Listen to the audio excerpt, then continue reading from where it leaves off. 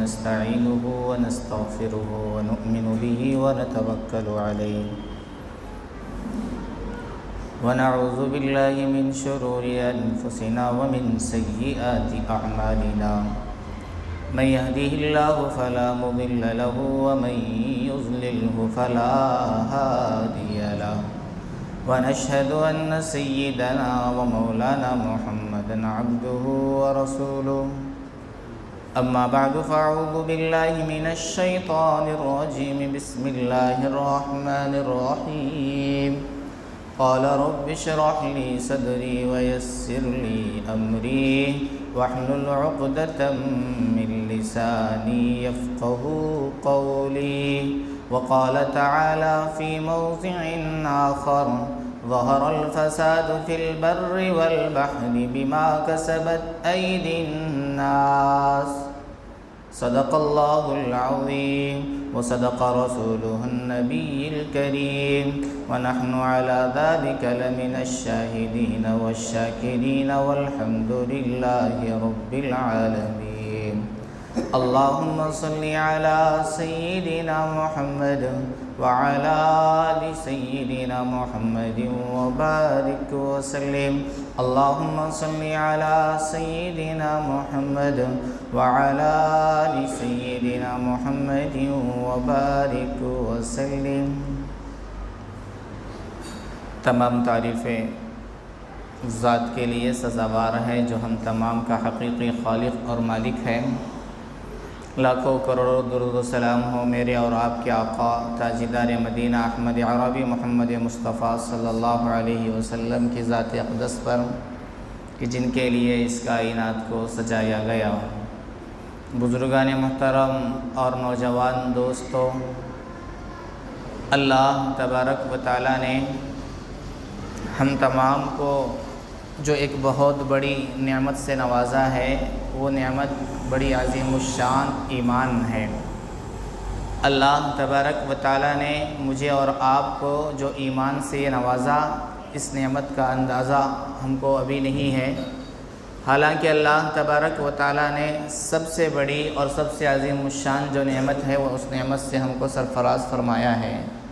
بزرگان محترم، دین جو ہے چند چیزوں کا نام ہے، ایک ہے عقائد، دوسرے ہیں عبادات، تیسرے ہیں معاملات، چوتھے ہیں معاشرت، پانچویں ہیں اخلاق۔ ان 5 چیزوں سے مل کر مکمل دین ہوتا ہے، اسلام بنتا ہے۔ اور یہ چیزیں ایسی ہیں کہ بنیادی ستون ہیں جن کے بغیر اسلام کا تصور نہیں کیا جا سکتا ہے، اور اس میں بھی عقائد کو ایک بہت بڑا درجہ حاصل ہے، اہمیت حاصل ہے۔ اس لیے کہ اگر عقیدہ صحیح ہوگا، درست ہوگا، تو آدمی کے اعمال صحیح ہوگے اور اس کا طرز زندگی صحیح ہوگا۔ اور اگر عقائد درست نہ ہو اور عقائد کے اندر کچھ کمی بیشی رہ جائے اور عقائد میں کمزور رہ جائے، تو جس کی وجہ سے آدمی جو ہے سیدھے راستے کو چھوڑ کر غلط راستہ اختیار کر جاتا ہے، اور بسا اوقات تو ایسا ہوتا ہے کہ عقائد درست نہ ہونے کی وجہ سے وہ ایمان سے بھی ہاتھ دھو بیٹھتا ہے۔ معزز سامعین کرام، اللہ تبارک و تعالیٰ پر جب ہم نے ایمان لایا ہے تو ہم تمام کو اپنا عقیدہ مضبوط کرنا چاہیے، اور مومن جو ہوتا ہے اس کا عقیدہ بھی یہی ہوتا ہے کہ ہر چیز کا جو مالک ہے وہ اللہ ہے، نفع نقصان کا مالک اللہ ہے، ہر چیز اللہ ہی کے حکم سے ہوتی ہے۔ اور اس کائنات میں جتنی بھی چیزیں وجود میں آتی ہیں، چاہے وہ نفع کے حساب سے ہو یا نفع کے لین سے ہو یا نقصانات کے لین سے ہو، الغرض جتنی بھی چیزیں ہیں، ان تمام چیزوں پر ایمان لانا یہ اہم ذمہ داری ہے ایک مومن کی۔ عقیدے کی درستگی بہت ضروری ہے، اسی لیے کہا گیا کہ عقائد کو اچھی طریقے سے سمجھ کر اہم جو علماء کرام ہیں اور دین کے اندر جو مہارت رکھنے والے علماء کرام ہیں، علماء ربانی ہیں، جن کے اندر دین پوری طریقے سے ہے، جو علم اچھا رکھتے ہیں، ان کے پاس بیٹھ کر عقائد کو سمجھنے کی ضرورت ہے۔ اگر ہم نے عقائد کو نہیں سمجھا اور لوگوں کی طرح ہم نے صرف رسمی طور پر یہ کہا کہ ہم مسلمان ہیں، ہم مومن ہیں، لیکن دل کے اندر یہ چیزیں ہیں کہ جو بھی ہوتا ہے، بسا اوقات آدمی کیا ہوتا ہے، اس کو نقصان پہنچتا ہے تو یہ کہتا ہے کہ فلاں کی وجہ سے ہو گیا، فلاں چیز کی وجہ سے ہو گیا، یہ اس کے وجہ سے ہو گیا، یہ اس کے وجہ سے ہو گیا۔ اس طریقے سے کہنا یہ ہمارے ایمان کے عقائد کے کمزور ہونے کی دلیل ہے۔ بندہ مومن جو ہوتا ہے اس کے سامنے قرآن بالکل کھلا پڑا ہے۔ اللہ نے ارشاد فرمایا ظہر الفساد فی البر والبحر بما کسبت ایدی الناس، کہ زمین پر اور سمندر کے اندر جو بھی فساد برپا ہوتا ہے، جو بھی حالات آتے ہیں، یہ حالات لوگوں کے اعمال کے بنیاد پر آتے ہیں۔ جیسے لوگوں کے اعمال ہوں گے ویسے حالات ہوں گے، ویسے حکام آئیں گے اور ویسے واقعات پیش آئیں گے۔ اگر لوگوں کے اعمال درست ہے تو ان کے اوپر جو مسلط ہونے والے جو حکمراں ہیں وہ بھی اچھے رہیں گے اور حالات بھی اچھے رہیں گے۔ خدا نخواستہ اگر اعمال بگڑ جائیں گے انسانوں کے تو قرآن یہ کہتا ہے کہ دنیا کے اندر جو بھی فسادات ہوتے ہیں وہ انسانوں کے اعمال بد کا نتیجہ ہے۔ ظہر الفساد فی البر والبحر بما کسبت ایدی الناس لیذیقہم بعض الذی عملوا، اللہ تعالیٰ یہ فسادات کو کیوں ظاہر کرتے ہیں؟ تاکہ لوگوں کو ان کے بعض اعمال کا مزہ چکھائے، لعلہم یرجعون، اس میں مقصد یہ ہوتا ہے کہ لوگ پھر لوٹ کر اللہ کی طرف آ جائیں۔ اور ایک جگہ اللہ تبارک و تعالیٰ نے ارشاد فرمایا کہ اگر اللہ تبارک و تعالیٰ کہ رحمت کسی کو پہنچنا ہو اور پوری دنیا مل کر اس رحمت کو روکنا چاہے تو ہرگز کر نہیں سکتے، اور اگر اللہ تبارک و تعالیٰ کسی قوم سے، کسی شخص سے، کسی برادری سے اپنی رحمت کو، برکت کو روکنا چاہے، پوری دنیا کے لوگ مل کر اس کو رحمت دلا نہیں سکتے۔ ما یفتح اللہ للناس من رحمت فلا ممسک لها وما یمسک فلا مرسل له من بعدہ وهو العزیز الحکیم۔ اللہ ارشاد فرماتے ہیں کہ جس کو ہم رحمت دینا چاہے پوری دنیا مل کر اس کو روک نہیں سکتی، اور جس سے ہم رحمت کو چھین لیں اور روک لیں پوری دنیا کے لوگ مل کر اس کو دلا نہیں سکتے۔ اللہ زبردست حکمت والے ہیں۔ اللہ تبارک و تعالیٰ نے اور ایک جگہ ارشاد فرمایا کہ دیکھو کہ تم کو جو بھی مصیبت پہنچتی ہے یہ مصیبت تمہارے قسمت میں پہلے سے لکھی ہوئی ہے، اس سے پہلے کہ ہم نے بھی اس دنیا کو نہیں بنایا تھا، تبھی جب سے ہم نے تمہارا مقدر لکھ چکا ہے۔ اگر تمہاری قسمت میں یہ مصیبت پہنچنا ہے تو وہ پہنچ کر ہی رہے گی، اور اگر نہیں پہنچنا ہے، پوری دنیا مل کر پہنچانا چاہے تو وہ پہنچا بھی نہیں سکتے ہیں۔ یہ ایک مومن کا عقیدہ ہونا چاہیے اور مضبوط عقیدہ ہونا چاہیے، لیکن حالات کے حساب یہ ہیں کہ بہت ہی افسوس کے ساتھ کہنا پڑتا ہے کہ وہ مسلمان قوم جس کی تعریف اللہ تبارک و تعالیٰ نے قرآن میں فرمائی، وہ مسلمان قوم جس کے بارے میں سرکار دو عالم صلی اللہ علیہ وسلم نے ارشاد فرمایا کہ تم بہترین امت ہو، لوگوں کی نفع رسانی کے لیے نکالی گئی ہو اور لوگوں کو ہمت دیتی ہو اور لوگوں کے لیے تم بہت ہی اچھا ایک نمونہ بن کر پیش ہوتی ہو۔ خود اللہ نے ارشاد فرمایا کنتم خیر امت اخرجت للناس تأمرون بالمعروف وتنہون عن المنکر وتؤمنون باللہ، کہ تم بہترین امت ہو، لوگوں کو نفع پہنچاتی ہو اور نیکی کے کاموں کا حکم کرتی ہے اور بری باتوں سے روکتی ہے، اور تم ایسی امت ہو جو اللہ پر ایمان لانے والے ہیں۔ لیکن یہی امت کا آج حال یہ ہے کہ غیروں کے ساتھ زندگی بسر کرنے کی وجہ سے، مشرکوں کے ساتھ زندگی بسر کرنے کی وجہ سے آج ذرا سے حالات آ جاتے ہیں، یا مصیبت آ جاتی ہے، یا کوئی بیماری آ جاتی ہے، یا کوئی پریشانی آ جاتی ہے، یا دکان کے اندر کوئی تجارت نہیں ہوتی ہے، یا تجارت میں کچھ کمی ہوتی ہے، یا کھیت میں کچھ کمی ہوتی ہے، یا پیداوار میں کچھ نقصان ہوتا ہے، تو فوراً یہ کہتے ہیں کہ اس موسم کی وجہ سے ایسا ہوا، یا خیالات ایسے آتے ہیں کہ فلاں چیز ہمارے کھیت میں آ کر بیٹھ گئی تھی جس کی وجہ سے نقصان ہو گیا، یا فلاں مہینہ ہمارے زندگی میں آیا، یا فلاں مہینے میں ہم نے یہ کاروبار شروع کیا، یا فلاں مہینے کے فلاں وقت میں فلاں ایام میں ہم نے یہ کاروبار شروع کیا جس کی وجہ سے نقصان ہو رہا ہے۔ یہ ایک مومن کی شان نہیں ہے۔ مومن تو یہ ہوتا ہے، اس کا عقیدہ یہ ہوتا ہے کہ اس سرزمین پر ایک پتا بھی گرتا ہے تو وہ اللہ کے حکم کے بغیر نہیں گرتا ہے۔ اللہ نے کھلے الفاظ میں ارشاد فرمایا ما تسقط من ورقۃ الا يعلمها ولا حبة في ظلمات الارض ولا رطب ولا یابس الا هو في کتاب مبین۔ ایک پتا بھی اگر گرتا ہے تو وہ بھی اللہ کے حکم کے بغیر نہیں گرتا ہے۔ تو ذرا سوچئے کہ ہمارے زندگی میں آنے والے حالات کہ اللہ کے حکم کے بغیر آ سکتے ہیں؟ ہرگز نہیں آ سکتے۔ لیکن آج ہمارے عقائد کمزور ہے، ایمان کمزور ہے، راستے سے چلتے چلتے اگر بلی سامنے آ جاتی ہے تو کیا کہتے ہیں؟ اب آگے سفر نہیں کرنا چاہیے، اس لیے کہ کوئی نہ کوئی بلا آنے والی ہے۔ اور اسی طریقے سے رات میں جھاڑو دینے کو یہ سمجھتے ہیں کہ اگر ہم جھاڑو دیں گے تو غربت آئے گی، اور بہت ساری چیزیں ہیں۔ اسی طریقے سے یہ جو مہینہ ہمارا چل رہا ہے سفر المظفر ہے، اس کے بارے میں بھی لوگوں کے ذہنوں میں بیٹھا ہوا ہے کہ سفر کا مہینہ جو ہے بہت ہی زیادہ نقصان لانے والا، نحوست کو لانے والا، بلائیوں کو لانے والا، مصیبتوں کو لانے والا۔ اس لیے بہت سارے احباب ایسے ہیں جو اس مہینے میں اور محرم اور سفر کے مہینے میں کوئی بھی اچھا کام شروع نہیں کرتے ہیں، خوشی کا کوئی کام نہیں کرتے ہیں، شادی بیاہ نہیں کرتے ہیں، رسم نہیں کرتے ہیں، نہ کوئی دکان کی تجارت کرتے ہیں، نہ کوئی گھر خریدتے ہیں، نہ کوئی بیچتے ہیں، اور نہ کوئی خوشی کا کام کرتے ہیں، اور یہ سوچتے ہیں کہ اگر ہم نے ان ایام میں کام شروع کیا تو وہ کام ادھورا ہوگا، یا اگر ہم کام شروع کریں گے تو اس میں نقصان ہوگا۔ اور وہ یہ کہتے ہیں کہ سفر کے اندر نحوست ہے، سفر کے شروع کے خاص طور پہ جو 13 ہیں وہ بہت ہی زیادہ دن جو ہے نحوست والے ہیں، اس لیے کام سے رکتے ہیں۔ خاص طور سے عورتیں اس میں بہت ہی زیادہ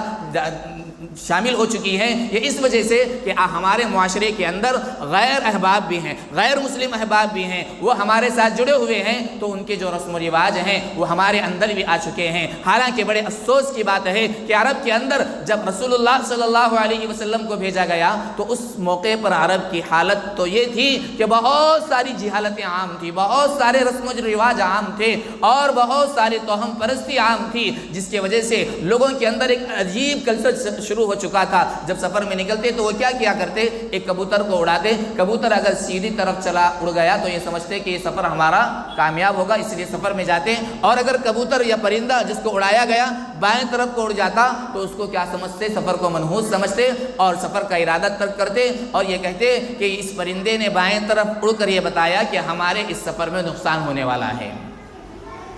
اور اسی طریقے سے بہت ساری چیزیں ان کے اندر رواج پا چکی تھی، جہالت پا چکی تھی۔ تو سرکار دو عالم صلی اللہ علیہ وسلم نے سب سے پہلا درس یہی دیا کہ دیکھو جاہلیت کی جتنی بھی چیزیں تھیں وہ میرے قدموں کے نیچے ہیں، میں ان جہالت کو، رسم و رواج کو ختم کرنے کے لیے آیا ہوں، اور آپ نے سب سے زیادہ جو محنت کی، سب سے پہلے جس چیز کی دعوت دی وہ دعوت توحید تھی، وہ اللہ کو ایک ماننے کی دعوت دی، اور آپ نے لوگوں سے کہا کہ لوگوں اللہ کو ایک مانو، اللہ ہی ہے جو ہر چیز کا مالک ہے، تم کو نقصان دینے والا، تم کو نفع دینے والا، تم کو موت دینے والا، تم کو حیات دینے والا، تم کو زندگی بخشنے والا، ہر قسم کی چیزیں دینے والا محض وہ ایک اللہ ہے، اسی کے قبض قدرت میں ہر چیز ہے، اسی کو جانو اور اسی کو مانو۔ تو جب رسول اللہ صلی اللہ علیہ وسلم نے عرب کے اس پربتن ماحول میں جو سب سے پہلی دعوت دی ہے وہ دعوت توحید ہے، اللہ پر ایمان لانے کی دعوت دی، تو جب وہ لوگ جن کے اندر رسم و رواج بہت سارے آ چکے تھے، جب رسول اللہ صلی اللہ علیہ وسلم نے ان پر جو محنت کی ہے وہ محنت وحدانیت کی بنیاد پر کی ہے، اور ان کے ایمان کی جب محنت کی تو یہی لوگ ایسے بن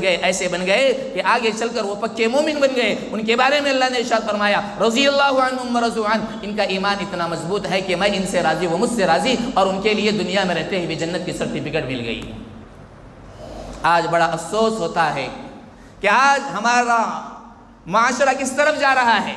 اور ہمارے ذہنوں میں کیا چیزیں بیٹھی ہوئی ہے کہ ہمارا ایمان اتنا کمزور ہے کہ ایک بلی کے آ جانے کی وجہ سے ہم کو نقصان پہنچے گا، یا سفر کے مہینے کے آ جانے سے ہم کو نقصان پہنچے گا۔ حالانکہ جس رب کائنات نے اس دنیا کو پیدا کیا، مہینوں کو پیدا کیا اور ان تمام چیزوں کو پیدا کیا، اس نے کبھی نہیں کہا اور کہیں بھی نہیں کہا، اور رسول اللہ صلی اللہ علیہ وسلم نے کبھی نہیں کہا کہ سال کے ان مہینوں میں نحوست ہے یا ان دنوں میں نحوست ہے، کہیں نہیں فرمایا۔ تو ذرا آپ بتائیے، عقل سے سوچ کر بتائیے کہ مجھے اور آپ کو کیا حق بنتا ہے کہ ہم اللہ کے کسی مہینے کو منحوس سمجھے، کسی دن کو منحوس سمجھے۔ رسول اللہ صلی اللہ علیہ وسلم نے ارشاد فرمایا کہ نحوست کسی دن میں نہیں ہوتی، کسی مہینے میں نہیں ہوتی ہے، کسی ساعت میں نہیں ہوتی ہے، نحوست اگر ہوتی ہے تو آدمی کے اعمال میں ہوتی ہے۔ اگر انسان صحیح اعمال کرے گا تو وہ ہر دن اس کے لیے مبارک ہی دن ہے۔ اگر انسان نماز چھوڑے گا، مومن نماز چھوڑ کر زندگی گزارے گا، فجر نہیں، ظہر نہیں، عصر نہیں، مغرب نہیں، عشاء نہیں، اور اللہ کا ذکر نہیں، اللہ کا خوف نہیں، اللہ کا حکم نہیں، پیارے نبی کا طریقہ نہیں، تو ذرا بتائیے کہ اس کا ہر دن اس کے لیے نحوست ہی کا دن ہوگا۔ ایسا نہیں ہو سکتا کہ ہم اللہ اور اس کے رسول کے طریقوں کو چھوڑ دیں اور ہم کامیاب ہو جائے، ہو ہی نہیں سکتا ہے۔ جس دن آدمی فجر کی نماز پڑھتا ہے، ظہر کی پڑھ لیتا ہے، 5 نماز پڑھ لیتا ہے، اللہ کا ڈر اپنے دل میں رکھتے ہوئے پیارے نبی کے طریقے پر زندگی گزارتا ہے، اس کا ہر ایسا دن اس کے لیے بابرکت ہے۔ اور انسان اگر مومن ان چیزوں کو چھوڑ کر زندگی گزارتا ہے تو حدیث یہ بتاتی ہے کہ تم نے نحوست والے اعمال کیے، یہ تمہارے اعمال کے بدولت تم کو نقصان مل رہا ہے، خسارہ ہو رہا ہے، اور تم کو تکلیفیں آ رہی ہیں، نہ کہ کسی مہینے کی وجہ سے، نہ کسی دن کی وجہ سے۔ معزز سامعین، اسلام یہ کہتا ہے کہ دیکھو حقانیت اور حقیقت کی بنیاد پر تم اپنی زندگی گزارو، رسم و رواج پر اور تمہارے ذہنوں میں جو خیالات آتے ہیں اس کے موافق زندگی نہ گزارو۔ آئیے میں آپ حضرات کے سامنے ایک واقعہ رکھتا چلوں۔ محترم حضرات، جب مصر فتح ہوا، وہاں کے جو گورنر تھے حضرت عمرو بن عاص رضی اللہ تعالی عنہ تھے، اور مصر کے اندر ایک عادت تھی کہ ہر سال جو ہے دریائے نیل کو جاری رکھنے کے لیے وہاں کے لوگ یہ سمجھتے تھے کہ دریائے نیل کا پانی اسی وقت جاری ہوگا جبکہ ہم ہر سال اس دریا میں ایک کنواری لڑکی کو سجا دھجا کر اور اچھے پھول وغیرہ پہنا کر جب تک ہم اس کو اس کے حوالے نہیں کریں گے تب تک دریائے نیل کا پانی جاری نہیں ہوگا۔ یہ رسم بہت زیادہ چل رہی تھی، اور جب وہاں پر اسلام داخل ہوا اور اسلام کے جھنڈے وہاں پر جب لہرائے، جب وہ مسئلہ آیا تو وہاں کے لوگوں نے کہا عمرو بن عاص سے کہ ہماری ایک رسم ہے کہ جب بھی سال مکمل ہوتا ہے تو دریائے نیل کے پانی کو جاری رکھنے کے لیے ہم ایک کنواری لڑکی کو بہترین کپڑے پہنا کر اس کو خوب سجا دھجا کر ہم اس کو دریائے نیل کے حوالے کرتے ہیں، تبھی جا کر یہ پانی روانہ جاری و ساری ہوتا ہے، اب آپ ہم کو اس کی اجازت دیں۔ حضرت عمرو بن عاص نے کہا کہ اسلام ان تمام چیزوں کی نفی کرتا ہے، رسم و رواج اسلام میں نہیں ہے، لیکن بہت زیادہ انہوں نے اصرار کیا تو حضرت عمرو بن عاص رضی اللہ تعالیٰ عنہ نے حضرت عمر بن خطاب کو جو اس زمانے کے خلیفہ تھے، خلیفہ دوم تھے، خط لکھا کہ یہاں پر موجودہ صورتحال یہ ہے، یہ مصر کا علاقہ ہے، دریائے نیل کو جاری رکھنے کے لیے یہاں کے لوگ ایک لڑکی کو اس کے حوالے کرتے ہیں دریائے نیل کی، آپ اس کے بارے میں کیا کہتے ہیں؟ جیسے یہ خط حضرت عمر بن خطاب رضی اللہ تعالیٰ عنہ کے پاس پہنچا، حضرت عمر بن خطاب رضی اللہ تعالیٰ عنہ نے فوراً ایک چٹھی، ایک کاغذ منگوایا اور اس کے اوپر چند سطریں لکھی اور قاصد سے یہ کہا کہ یہ خط لے جا کر دریائے نیل میں ڈال دینا، یہ خط لے جا کر دریائے نیل میں ڈال دینا۔ چنانچہ حضرت عمر بن خطاب کا جو خط تھا وہ لے کر قاصد آیا، حضرت عمرو بن عاص کے ہاتھ میں دیا، حضرت عمرو بن عاص نے وہاں کے پورے لوگوں کو لے کر دریائے نیل کے پاس جمع ہو گئے اور ان سے یہ کہا کہ دیکھو ہمارے جو خلیفہ ہیں انہوں نے ایک چٹھی بھیجی ہے اور یہ حکم دیا ہے کہ اس کو دریائے نیل کے حوالے کرنا۔ چنانچہ تمام لوگوں کے موجودگی میں حضرت عمرو بن عاص نے اس خط کا جو ٹکڑا تھا اس کو دریائے نیل میں ڈالا، تو پوری قوم شاہد ہے، تاریخ گواہ ہے کہ دریائے نیل جو ہے جاری اور ساری ہوا۔ اور اس خط میں کیا لکھا ہوا تھا؟ اس خط میں یہی لکھا ہوا تھا کہ بسم اللہ الرحمن الرحیم، یہ جو خط ہے عمر بن خطاب کے نام سے ہے دریائے نیل کے لیے، اور میں دریائے نیل تجھ کو خطاب کرتے ہوئے لکھ رہا ہوں کہ اگر تو اللہ کے حکم سے جاری ہوتا تھا تو اب بھی تو جاری ہو جا، اگر تو اپنی طرف سے جاری ہوتا تھا تو تیرے پانی کی ہم کو کوئی ضرورت نہیں ہے۔ صرف یہی الفاظ تھے عمر بن خطاب کے۔ جیسے ہی وہ خط وہاں پر پڑھتا ہے دریائے نیل اس کے بعد جو جاری وہ ساری ہوا، آج تک بھی رکا نہیں ہے۔ اس طریقے سے حضرت عمر بن خطاب نے مصر کے اندر جو رسم و رواج تھے اس کو ختم فرمایا اور ان کا جو عقیدہ بن رہا تھا اس عقیدے کو ختم کیا کہ دیکھو ہر چیز جو ہوتی ہے وہ اللہ کے حکم سے ہوتی ہے۔ عزیزان گرامی، آج ہمارے معاشرے کے اندر غیر مسلموں کے ساتھ زندگی گزارنے کی وجہ سے ہمارے اندر بھی غیر مسلموں کے بہت سارے ایسے رسم و رواج ہمارے اندر آ چکے ہیں جس کا اسلام سے دور دور تک کوئی بھی تعلق نہیں ہے۔ حضرت عبداللہ بن مسعود رضی اللہ تعالیٰ عنہ کی روایت ہے کہ ایک مرتبہ وہ رسول اللہ صلی اللہ علیہ وسلم کی خدمت میں بیٹھے ہوئے تھے، ایک دیہاتی صحابی آئے اور آ کر یہ کہا اے اللہ کے رسول مجھے کوئی آپ نصیحت کر دیجئے، کوئی اچھی نصیحت کر دیجئے۔ رسول اللہ صلی اللہ علیہ وسلم نے فرمایا دیکھو اللہ پر ایمان لانا، کیا فرمایا؟ اللہ پر ایمان لانا اور وقت پر عبادت کرنا اور جہاد کرنا۔ اس صحابی نے کہا اے اللہ کے رسول کوئی اچھی چیز بتائیے اور آسان چیز بتائیے جس کو میں کر سکوں۔ تو اللہ کے رسول نے ارشاد فرمایا کہ تمہاری زندگی میں تم کو جو چیز بھی ملے، جو چیز بھی پہنچے، چاہے نفع کی ہو نقصان کی ہو، جو چیز بھی ہو اس کو اللہ کی طرف سے سمجھنا، کبھی اللہ کے لیے حرف شکایت اپنی زبان پر نہ لانا، یہ بھی تمہارا ایک اہم عمل ہے۔ معزز سامعین، اللہ کے رسول صلی اللہ علیہ وسلم نے اس حدیث میں امت کو یہ پیغام دیا کہ دیکھو دنیا کے اندر جو بھی حالات آتے ہیں یہ سب اللہ کی طرف سے آتے ہیں، اور اگر کسی کو بیماری آتی ہے یا کوئی مصیبت آتے ہیں تو وہ کسی دن کی وجہ سے نہیں آتے ہیں، وہ ہمارے اعمال بد کی وجہ سے آتے ہیں۔ اس لیے سرکار دو عالم صلی اللہ علیہ وسلم نے امت کو پیغام دیا کہ دیکھو اپنا ایمان مضبوط رکھو، اپنا عقیدہ مضبوط رکھو، اور اپنا تعلق اللہ سے مضبوط رکھو، اور ہر چیز اللہ ہی سے مانگو۔ اسی طریقے سے ایک موقع پہ رسول اللہ صلی اللہ علیہ وسلم حضرت ام سائب کے گھر پر تشریف لے گئے، تو وہ جو ہے صحابیہ جو ہیں بیمار تھیں، سخت بخار تھا۔ رسول اللہ صلی اللہ علیہ وسلم نے پوچھا کہ کیا ہے؟ تو حضرت ام سائب نے کہا کہ اللہ کے رسول مجھے سخت بخار ہے، اور ام سائب نے اس کے بعد یہ کہا کہ اللہ جو ہے بخار میں برکت نہ رکھے۔ تو رسول اللہ صلی اللہ علیہ وسلم نے فوراً یہ کہا کہ بخار کو برا بلا نہ کہو، اللہ تم کو اس لیے دیتا ہے تاکہ تمہارے گناہوں کو مٹا دے، تمہارے درجات کو بلند کر دے، اور جب کسی کو کوئی مصیبت یا بیماری آتی ہے تو اللہ تبارک و تعالیٰ اس کے ذریعے سے اس کے گناہوں کو ایسے پاک و صاف کرتا ہے جیسے کہ بھٹی جو ہوتی ہے لوہے کے اوپر جو مائل وغیرہ لگا ہوتا ہے وہ اس کو صاف کر دیتی ہے۔ معزز سامعین، بہت سارے حضرات یہ کہتے ہیں کہ خاص طور سے 13 تیزی یعنی سفر کے شروع کے 13 جو ایام ہیں اس کو یہ سمجھتے ہیں کہ خاص طور سے نحوست والے دن ہیں، اور وجہ یہ بتاتے ہیں کہ اس کے شروع کے 13 دنوں میں رسول اللہ صلی اللہ علیہ وسلم سخت بیمار ہوئے تھے۔ حالانکہ آپ حضرات ذرا سمجھیے، رسول اللہ صلی اللہ علیہ وسلم جو اس دنیا سے پردہ فرما گئے ہیں ربیع الاول کے شروع ایام میں، اور بیمار جو آپ ہوئے ہیں سفر المظفر کے آخری ایام میں ہوئے ہیں جب آپ مرض الوفات میں مبتلا تھے۔ اور اگر یہ بھی سوچ لیا جائے کہ آپ اس سال نہیں، اس سے پہلے کسی اور سال میں سفر کے شروع کے 10 دنوں میں بیمار تھے، تو کیا بیماری کی وجہ سے کسی مہینے کو ہم منحوس سمجھ سکتے ہیں؟ ہرگز نہیں سمجھ سکتے ہیں، اس لیے کہ حدیث یہ بتاتی ہے اور قرآن کی آیتیں بتاتی ہے کہ بیماری جو ہے یہ زحمت نہیں ہے، یہ بری چیز نہیں ہے۔ اگر بری چیز ہوتی تو رسول اللہ بھی بیمار نہ ہوتے، اگر بری چیز ہوتی تو صحابہ بھی بیمار نہ ہوتے، اگر یہ بری چیز ہوتی تو اولیاء بھی بیمار نہ ہوتے، اگر یہ بری چیز ہوتی تو حضرت ایوب بھی بیمار نہ ہوتے۔ بیماری تو ایک رحمت ہے، یہ اور بات ہے کہ ہم کمزور بندے ہیں، اس رحمت کو ہم جو ہے سہ نہیں سکتے ہیں، لیکن بیماری جب آتی ہے، حدیث میں اللہ کے رسول نے ارشاد فرمایا کہ اگر کسی آدمی کو ایک رات کا سخت بخار ہوتا ہے تو اس کے تمام چھوٹے موٹے گناہوں کو وہ جو بخار ہوتا ہے وہ ختم کر دیتا ہے۔ یہاں تک کہ حدیث میں اللہ کے رسول نے ارشاد فرمایا اگر کسی مومن کو پیر میں کانٹا بھی چبھتا ہے تو اس کے بدلے میں بھی اس کو اجر و ثواب دیا جاتا ہے۔ تو یہ حدیث یہ بتاتی ہے اور قرآن کی آیت یہ بتاتی ہے کہ بیماری کو ہم جو ہے زحمت نہ سمجھے، یہ بھی ایک اللہ کی نعمت ہے، اور بیماری کی وجہ سے کوئی دن منحوس نہیں ہو سکتا، کوئی ہفتہ منحوس نہیں ہو سکتا، اور کوئی گھنٹہ منحوس نہیں ہو سکتا۔ عزیزان گرامی، ہمارے ایمان کو مضبوط کرنے کی ضرورت ہے۔ ہمارا ایمان کیسے مضبوط ہونا چاہیے اس کے واقعات میں آپ حضرات کے سامنے رکھتا چلوں تو وقت بڑا بہت درکار ہے۔ ایک موقع پہ حضرت خالد بن ولید رضی اللہ تعالی عنہ جنگ کے میدان میں تھے، جب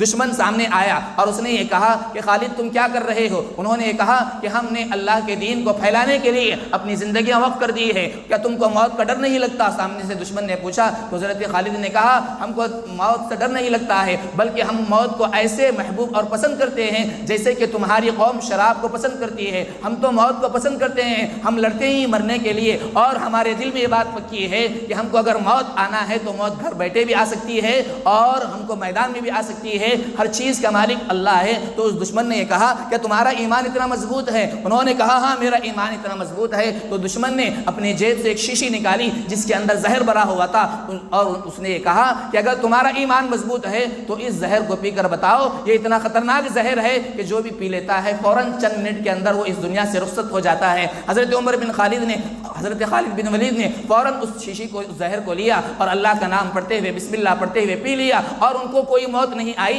صرف چند پسینے آئے پیشانی کے اوپر، اس کو جھٹک دیا۔ تو جیسے ہی اس کو دیکھا تو وہ بھی متاثر ہوئے کہ ان کا ایمان کیسے مضبوط ہے۔ عزیزان گرامی، ذرا سوچئے کہ حضرات صحابہ نے ایسے ایمان کے ساتھ دنیا کے اندر اسلام کو پھیلایا، ایسے مضبوط ایمان کے ساتھ انہوں نے اپنا تعلق اللہ کے ساتھ مضبوط کر لیا، تو آج بھی پوری دنیا ان کا نام لیتی ہے اور عزت سے نام لیتی ہے، اور اللہ تبارک و تعالیٰ نے ایسے مضبوط ایمان والوں کے لیے جنت کی سرٹیفکیٹ بھی دے دی ہے۔ مجھے اور آپ کو شدید اس بات کی کی ضرورت ہے حالات حاضرہ میں کہ اپنے ایمان کو مضبوط کرے اور اپنا تعلق اللہ سے جوڑے اور اپنا عقیدہ یہ بنائے کہ ہم کو جو چیز بھی ملنی ہے، جو چیز بھی ملتی ہے، یہ اللہ کی طرف سے ملتی ہے۔ لیکن افسوس ہے کہ ذرا سی بات میں ہم کیا کرتے ہیں، نقصان ہو گیا تو میں نے ایسا کیا اس وجہ سے ہو گیا، یا نقصان ہو گیا تو فلاں دن ہمارے گھر کے اوپر الو بیٹھا تھا اس وجہ سے نقصان ہو گیا، ہم نے ایسا کیا تھا، ہم نے بایاں پیر نکالا تھا۔ بڑے بوڑھی عورتیں یہ کرتی ہیں کہ نہیں تم جب باہر نکلے تو وہ چیز آ گئی تھی جس کی وجہ سے نقصان ہوا۔ نہیں میرے بھائیو، نفع نقصان کا جو مالک ہے وہ اللہ تبارک و تعالی ہے۔ اگر ہم نے اس میں ذرہ برابر بھی شک کیا تو ہمارے ایمان کا خطرہ ہے۔ یہ ہمارے عقائد بہت درست ہونا چاہیے، اس لیے کہ اگر عقیدہ صحیح ہوگا تو ہماری عبادتیں صحیح ہوگی، ہمارے معاملات صحیح ہوں گے، ہمارے لین دین کا معاملہ صحیح ہوگا، ہمارے اخلاق درست ہوں گے۔ تو ایمان جو ہوتا ہے اس کے اندر بہت ساری چیزیں ہیں، عموماً موٹے جو 5 چیزیں ہیں وہ کیا ہے کہ ہمارے اندر عقائد درست ہونا ہے، ہمارے اندر عبادتیں درست ہونا ہے، ہمارے لین دین کا معاملہ درست ہونا ہے، ہمارے خرید و فروخت کا معاملہ درست ہونا ہے، اور آخری جو چیز ہے وہ اخلاق ہے۔ اخلاق کے بغیر دین مکمل نہیں ہوتا ہے۔ ہم تمام کو چاہیے کہ اپنے اخلاق کو پیش کرے، جیسا کہ میں نے گزشتہ جمعہ بھی آپ حضرات کے سامنے یہ رکھا تھا کہ آج کی انسانیت کو اپنے اخلاق پیش کرو اور رسول اللہ صلی اللہ علیہ وسلم کی تعلیمات کو پیش کرو۔ آپ نے کیسے خدمت خلق کے اندر اپنی پوری زندگی نکالی اور لوگوں کو اسلام کی دعوت دی، اپنے عمل سے دی ہے۔ مجھے اور آپ کو شدید اس بات کی ضرورت ہے کہ آج بھی ہم جو ہے اپنے ان تمام چیزوں کو جو ہمارا بھولا ہوا سبق ہے اس کو یاد کریں اور اپنا رشتہ اللہ سے مضبوط کریں گے تو اللہ تبارک و تعالیٰ نے سچا وعدہ قرآن میں ارشاد فرمایا وَأَنْتُمُ الْأَعْلَوْنَ إِن كُنْتُم مُؤْمِنِينَ، تم ہی سربلند رہو گے اگر تم بشرطے کے سچے مومن رہو۔ اللہ کا وعدہ جھوٹا ہو نہیں سکتا، قرآن کا وعدہ غلط ہو نہیں سکتا۔ ہم کو چڑھتے سورج کی طرح یقین ہے کہ آپ نے جو بھی الفاظ ارشاد فرمائے ہیں وہ بالکل برحق ہیں، سچے ہیں اور اس میں کوئی شک نہیں ہے۔ قرآن کا ہر لفظ بھی سچا ہے، اس لیے قرآن کی آیتیں حدیثیں یہ بتاتی ہیں کہ ہم تمام کو چاہیے کہ اپنے ایمان کو مضبوط کرے اور لوگوں کے ذہنوں میں جو بات بیٹھی ہوئی ہے اس کو ختم کرے اور لوگوں کو یہ بتائے کہ کوئی دن منحوس نہیں، کوئی مہینہ منحوس نہیں ہے اور کوئی گھنٹہ منحوس نہیں ہے۔ نحوست جو ہوتی ہے وہ ہمارے اعمال کی وجہ سے ہوتی ہے، اس لیے ہم تمام کو چاہیے کہ اپنے اعمال کو بھی درست کرے۔ دعا فرمائیں کہ اللہ تبارک و تعالی ہم تمام کو ان باتوں کو سمجھنے کی توفیق عطا فرمائے۔ وما علینا الا البلاغ۔